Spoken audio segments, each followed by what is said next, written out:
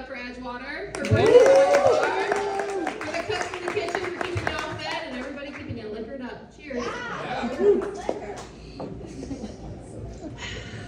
I've hit my sweet spot now, about a beer and a quarter. We're gonna have fun. As everybody said, and as I introduced myself, you had the fortune of meeting me. My name is Emilie. A little bit about me, I am a Pisces with anxiety, which basically just means all of my emotions are at surface level at all times. Has nothing to do with being a liberal. I'm a millennial in the sense that I just really like fucking things up for everyone else. Like the housing market, the napkin industry, the diamond industry, and most recently the Hooters franchise. Because apparently millennials don't like boobs, and I think that's fucking fallacy because everybody likes boobs. Right? Except for boobs. Thank you. Everybody loves titties, so I just feel like that's a lie, right? So my titty people, we like titties for a lot of reasons, right? You can motorboat them, and it's a good time. If you have little titties, they're kind of like giving you angel kisses on your cheeks. If you motorboat some giant knockers like mine, I'm swabbing your ears with my nipples. It's like a symbiotic relationship, because if you have a beard, you're getting my bra crumbs from me.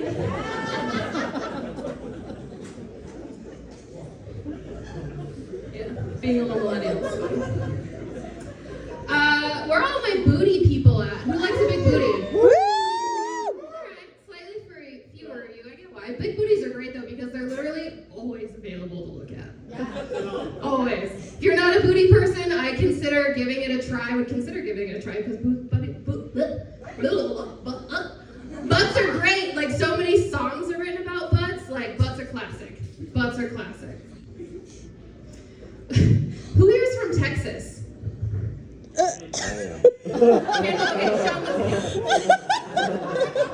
Who here likes Texas? Okay, well, I'm going to tell jokes about Texas anyway, sorry. I think Texas is an interesting place because you can't get an abortion, but you can still buy tickets to Astroworld. So I'm just not sure what phase of life they're concerned about. Texas is also cheap as fuck because not only did Governor Abbott, decide to bus all of the immigrants to Kamala's house, DeSantis flew them. So, shell out. Texas is cheap. Does anybody else think it's funny that they just so strongly leaned into Lone Star State? Yeah. Texas, the Lone Star State. Do you think they knew that would be a bad Yelp review? One-star state. Texas, the one-star state. Much like the other comedians here this evening, I like to write jokes under the influence. Be it under what an influence, that's up to anybody's guess. Sometimes I write things and then I look back at them and I'm like, I don't know what that means. The most recent one was hot farts. That's it. That was all that was written, was hot farts. And I decided to go ahead and bring it up because everybody knows what a hot fart is. And how dangerous they are. I'm thinking I was having an issue when I wrote hot farts. Gaslighting, another modern buzzword. I think gaslighting is just trying to convince somebody else that they farted.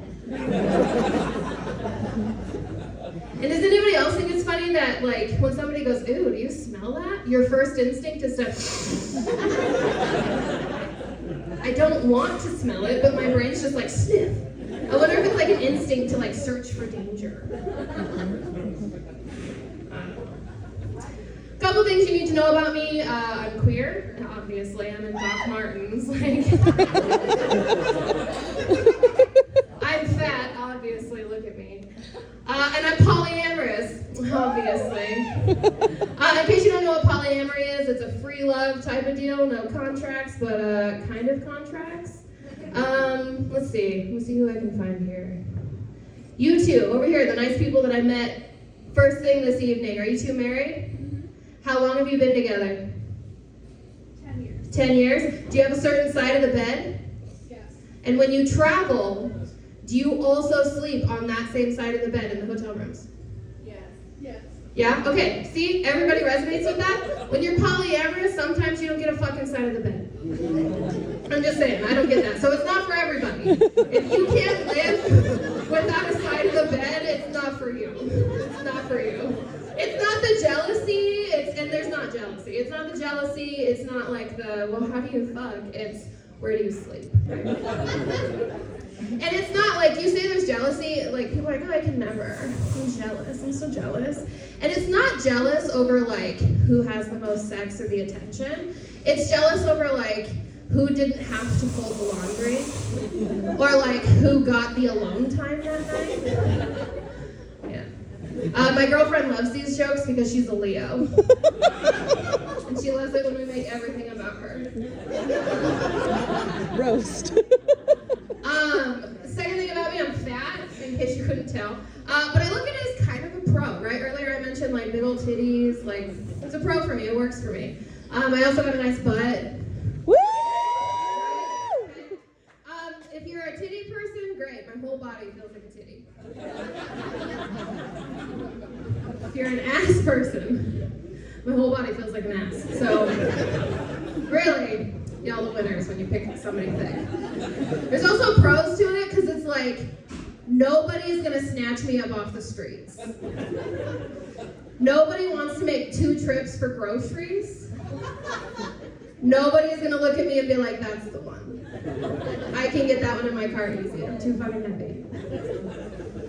I've also developed this nifty little like multi-purpose tool. It's kind of hard to see in my jeans, but like it's this flap here. And in the winter, when it's cold, I can like warm my fingers when I'm driving or sitting at my desk. And if you take me on a date, I'll tuck my napkin in there so it doesn't fall on the floor.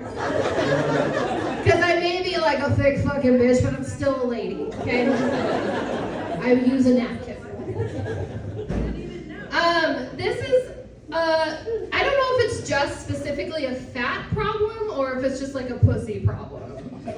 So like, pussy bitches make some noise. Okay. I have a question. I'm getting very vulnerable with everybody on stage right now, so I'd appreciate it if you would just let down your barriers and get intimate with me, okay? Pussy having bitches, when you fart and it gets stuck in between your booty cheeks and then rolls up into your vagina and gets released a queef later, anybody else? Thank you. Fucking it. The last time I did that joke, there was not enough laughter, and I was like, are you kidding? So maybe it's just a fat pussy problem. I don't know. No. 2 skinny bitches. Okay, perfect. So it's just a pussy problem. Okay, good. Fart roll queef is a thing. Fart roll queef. Hashtag fart roll queef. All right, I gotta get better at that. We're gonna have shirts and merch later. Fart roll queef. Cool thing about having a fat pussy though is the lips are kind of fat, and so like sometimes if I get wet, whether it's like having to pee a little bit, starting my period, or being turned on, it saves my panties and my jeans. So let's go to the bathroom and wipe real quick, and we're good to go.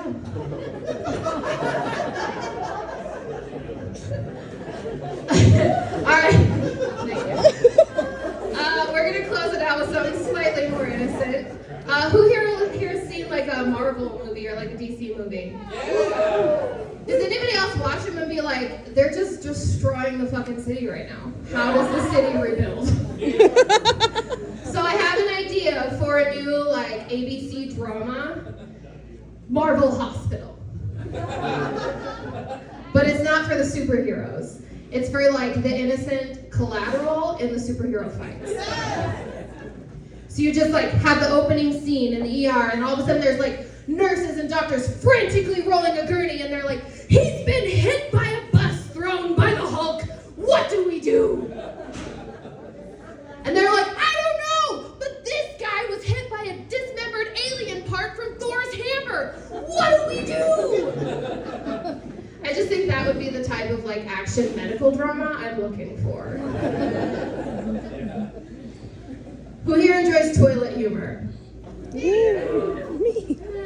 Okay, maybe I'll just wrap a handful. I love toilet humor. Toilet humor's good. Yes. You've had 3 kids. Oh, you get it. Yeah. Poop all the time. Okay, so I'll keep it PG. For the people who have kids, I'll tell you a story about the time I changed the worst poopy diaper I've changed in the entirety of my life so far.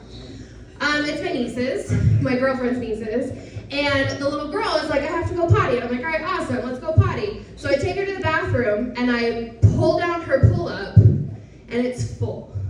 Like, it is just full. And I was like, oh no, okay. So instead of doing like the logical thing, unsnapping the pull-up, what do I try to do? Just continue shimmying it down. This poor baby, this poor baby. And I'm gagging, my eyes are watering, I don't think I'm gonna make it. And like in the immediate, I'm like, okay, dispose of the diaper, get rid of the diaper. So I get rid of the diaper, and I come back and forgot that she like legitimately needed to pee. So trying to get up on the toilet, it just smeared everywhere. And so I'm like, okay, I'm the adult in the situation, I gotta get it together, I gotta clean this baby who's covered in shit, and then I gotta clean this toilet that's covered in shit. And so I'm like doing my best to keep it together, I'm gagging, I'm wiping this baby. In the meantime, she's screaming at me, it stinks! Clean the toilet! And it stinks! Gagging through tears, I'm like, that's from your ass! I'm the adult, I'm in charge. Just turn around for a second. This poor baby, I get her cleaned up, put the pull-up on her, we walk out, and I'm like sobbing, gagging. And she goes, I peed.